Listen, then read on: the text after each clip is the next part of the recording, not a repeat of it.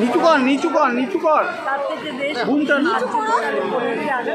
আরে নিচু কর। ভারতবর্ষ স্বাধীন হয়েছিল, সেই স্বাধীনতার আন্দোলনে যারা শহীদ হয়েছে তাদের আজকে আমি সম্মান জানাই এবং আজকে তারা ছিলেন বলে আজকে আমরা স্বাধীনতা লাভ করেছি এবং সেই স্বাধীনতা লাভের পরেও কিন্তু আমরা সেভাবে চলছি না।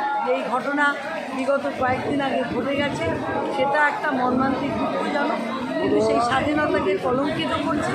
তাই আমরা সবাই একসাথে একটা শপথ নেব যে এই এত সুন্দর দিন একটা, যেই দিনে ভারতবর্ষ স্বাধীন হয়েছিল সেই দিনটাকে কালিমালিপ্ত না করে আমরা সেই দিনটাকে ভালোভাবে উদযাপন করব এবং সম্মান করব এবং আমাদের যারা পরের উত্তরাধিকারী তাদের শেখাবো যে 15ই আগস্টটা কী, স্বাধীনতা কী এবং বিপ্লবী কারা যারা আমাদের দেশকে স্বাধীন করেছিল।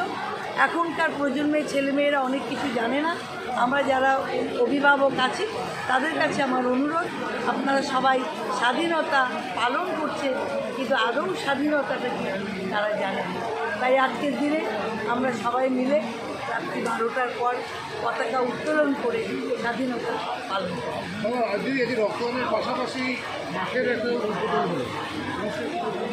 সে বিষয়ে কিছুই না। এই ওয়ার্ডে আসার পর আমি চেষ্টা করছি ওয়ার্ডে সমস্ত কাজ করার জন্য।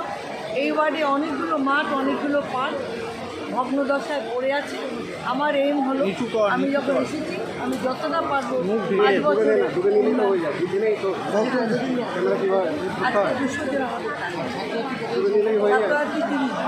কি বলবেন মহৎ রক্তদাতাদের? রক্তদাতাদের কি বলবেন? রক্তদাতাদের এটাই বলবো, আপনাদের সবচেয়ে আগে ধন্যবাদ, কারণ রক্তদাতা রক্ত না দিলে রক্তদানের কোনো মূল্য থাকে না। তার সঙ্গে আমার কর্মীদেরও আমি ধন্যবাদ জানাবো, তাদের অক্লান্ত পরিশ্রমে আজকে এই অনুষ্ঠানটা সফল হয়েছে। ধন্যবাদ।